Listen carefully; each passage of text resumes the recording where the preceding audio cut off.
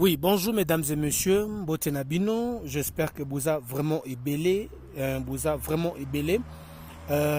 ne sais pas vraiment à laquelle vous êtes en train de regarder votre émission, mais j'espère que vous êtes vraiment partout. Boulandara émission Nabino, vous êtes en Tanzanie, vous êtes en Kasumbalesa, vous êtes en Kinshasa, vous êtes en Tanzanie, vous êtes en Liège, et puis vous êtes en États-Unis d'Amérique et puis en Canada. J'espère que vous avez vraiment émission Nabino, émission des stars. Balobi émission OEP Saka toujours Makambo avec votre simple journaliste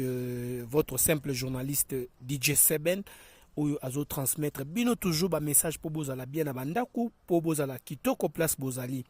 Et alors botunanga lelo na yeko sala nini na kati ya émission Nabino toyeko beta moi lisolo toyeko panzanteke kaka ndenge ezalaka kaka toyeko beta lisolo ya batu oyo basala makambo ya minene na mokili. Tozobeta lisolo lelo vraiment to discuter pena makasi pona batu wana oyo basala makambo ya minene et puis makambo yango ezalaki ya minene ya mokete oyo ekamwisa même ba africain et puis ekamwisa pe même ba européen. Donc eza eloko moko boye oyo tokoluka tomeka un peu ko discuter ngana bino pour na numéro pe ezali wana bokobenga biso tomeka toyeba parce que makambo oyo ba héros basala banzambe wana oyo babandeki soit disant babandeki kobenga bango banzambe lelo tokomeka koyoka yango ngana bino lelo na émission na bino na émission des stars. Alors tokobanda na kombo ya papa Simo Kimbangu, tolongo na kombo ya papa Simo Kimbangu, tokotanga pe kombo ya pape Nabiso, je dis bien que pape Jean-Paul, pape Jean-Paul, toko beta pe lisolo pe toko ya nani tokotanga pe kombo ya prophète Branham, tokotanga kombo ya prophète Branham. Bakombo na tangi wana baza bato yo basala makambo ya minene na monde o elekela bato o bato ba comprena mystère wana te ba comprena eloko wana te. Alors lelo tokozwa temps ya kobeta lisolo ya bato wana. Et alors tika lelo to meka kobeta lisolo yango na lobi boye.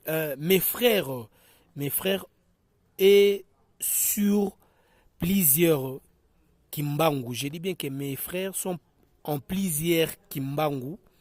M'ont écrit, beaucoup bien en français, m'ont écrit vrai pour me dire que si Papa Simo Kimbangu Kiangani n'est pas Dieu. Je dis bien que tout ni soki il y a solo que Papa Simo Kimbangu soki azali nzambe. Tomeka ko beta lisolo yango. Papa Simo Kimbangu, si je me trompe pas, Papa Simo Kimbangu azalaki fumu.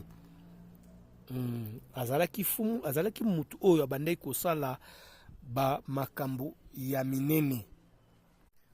Balobi makasi ke Papa Simo Kimbangu aza nzambe. Donc bandeko ba tindelinga ba message ba o bazana ba église ya kimbangiste nyonso na monde. Donc ba o bazana ba Canada, ba o bazana ba Kinshasa, ba o bazana ba Liège, ba o bazana Suisse, ba tindelinga message ya koloba ete bango pe ba lobike Papa Simo Kimbangu aza nzambe.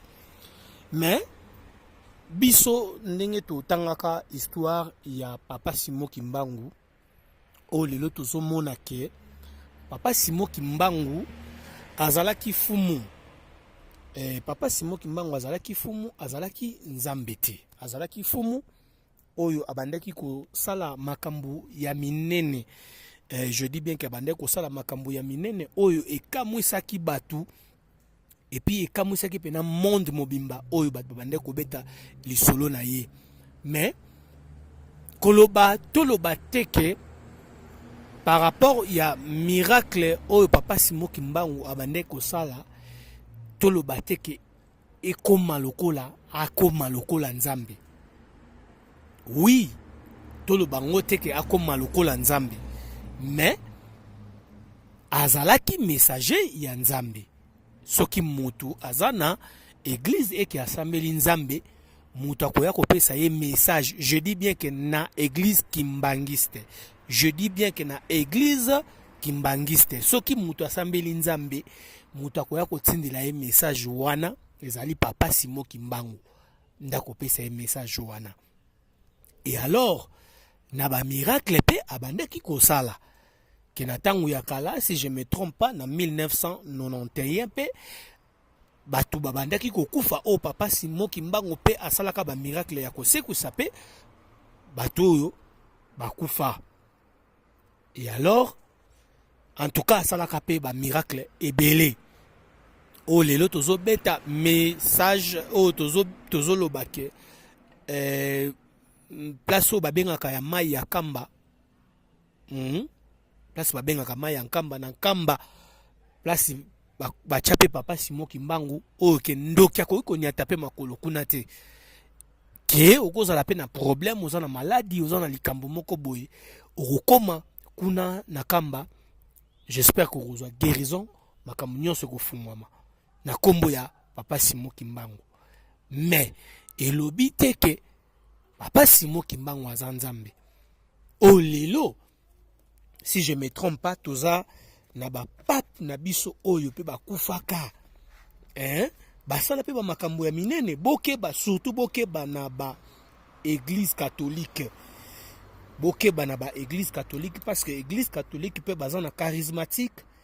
Oui, bazana charismatique o batu misusu libanda o bazolo bake eza lokola ba magie blanc, bazolo beza lokola ba magie rouge.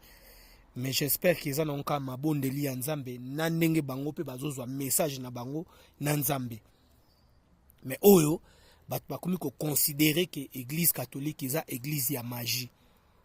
Et bongo soki bango balobi que église catholique eza église ya magie, et bongo papa Simon Kimbangu yépe azana magie te.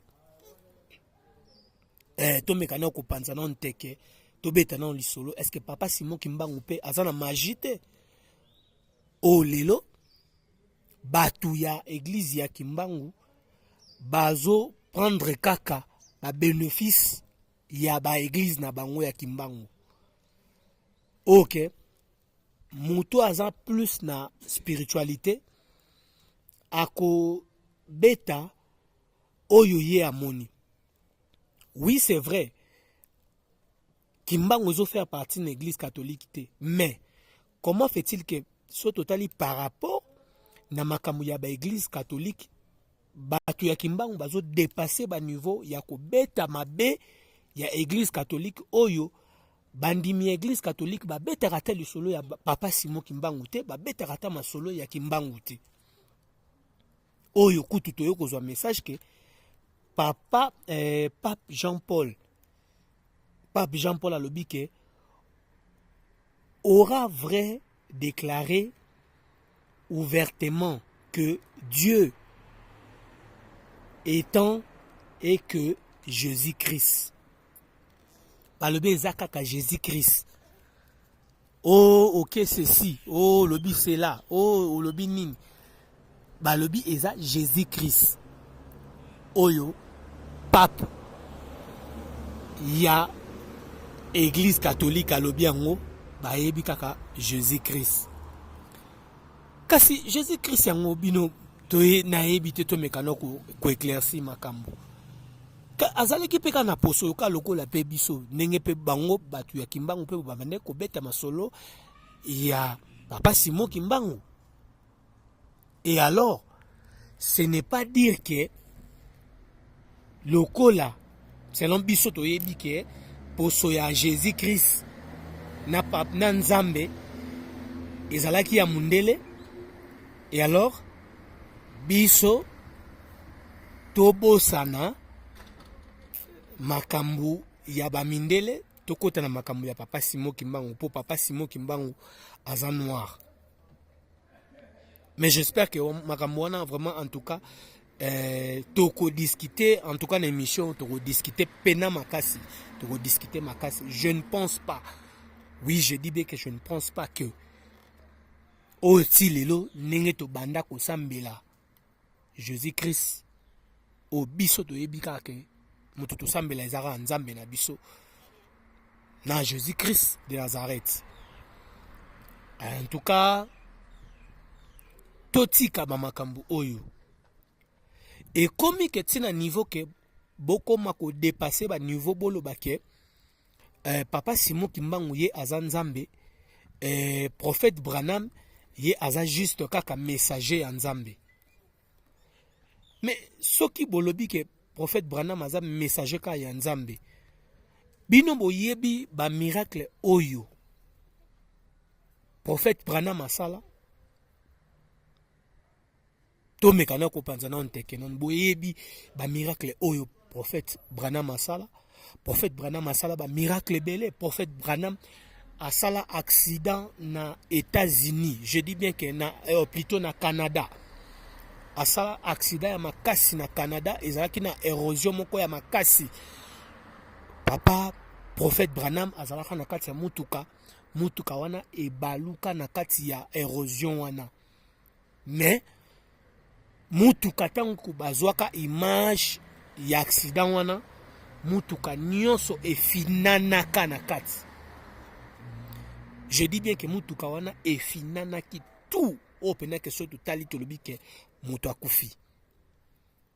Mais bayaka kufungula mutuka wana bakuta prophète Branham azwa ni blessure ni eloko ni problème abima ndenge azalaki na kati ya mutuka abima mobimba. Alors miracle wana j'espère que ceux qui totuni ba Branhamiste ba royebi sabino makambo wana o papa prophète Branham asala. Et alors prophète Branham atangaka koloba ba miracle na yete. Prophète Branham akumisa ba miracle na yete lokola papa Simon Kimbangu, je dis bien akumisa ba miracle na yete lokola papa Simon Kimbangu. Mais hier prophète Branham alobaka ke nzambe ya Branham akobikisa yo akumisa ba miracle te. Voilà un prophète. Voilà un prophète. Seulement vous prenez toujours des bénéfices, vous prenez toujours des pourcentages qui est tellement élevé de l'histoire de papa Simon Kimbangu, tellement qu'il a fait beaucoup de choses. Et alors, vous avez toujours le temps, Yarolo Barara, toujours bien papa Simon Kimbangu, ole ke bo kotisa mutu na modindo ya koluka mto aye banzambe et puis akoma pe initier na kati église ya Kimbangu. Mais bino bozo lukana mbolo bananu ba miracle oya sala. Nous avons combien de gens qui ont fait beaucoup de miracles. Et non parlant même toko bandaku tukotanga pe ba kombo na bango te po basana ebele oyo pe basala pe ba miracle wana. Baza ebele o basala ba miracle wana moi totanga ba kombo na bango ezate. Mais aujourd'hui, j'espère que pourquoi ça m'a touché parce que j'ai au moins pris que assez de gens oyo ba m'équiper continue là ba message que pourquoi l'église Kimbangu qui a essayé d'entrer de parler que papa Simon Kimbangu est Dieu, prophète Branham, lui il est seulement le prophète. Alors ce n'est pas ça. Totika, je dis bien que Totika ba polémique oyo. Totika ba polémique oyo. Alors, ce qui totali Kimbangu elinkoloba le révélateur des choses cachées. Je dis bien que Kimbangu elinkoloba que le révélateur des choses cachées. Mutu azobimisa makambu oyo bombama. Makambu oyo ezaki na molili ya bimisi yango na poisa. Le révélateur des choses cachées, il n'est pas Dieu. Je dis bien que le révélateur, si on te dit français bien, quand on parle des révélateurs de choses cachées, moto azo bimisa makambo eza ya kobombama abimisi yango na poisson. Alors, comment fait-il que si on parle d'un foumou, quand on parle d'un foumou en français déjà, nous parlons déjà de gens qu'on appelle souvent des chefs coutumiers.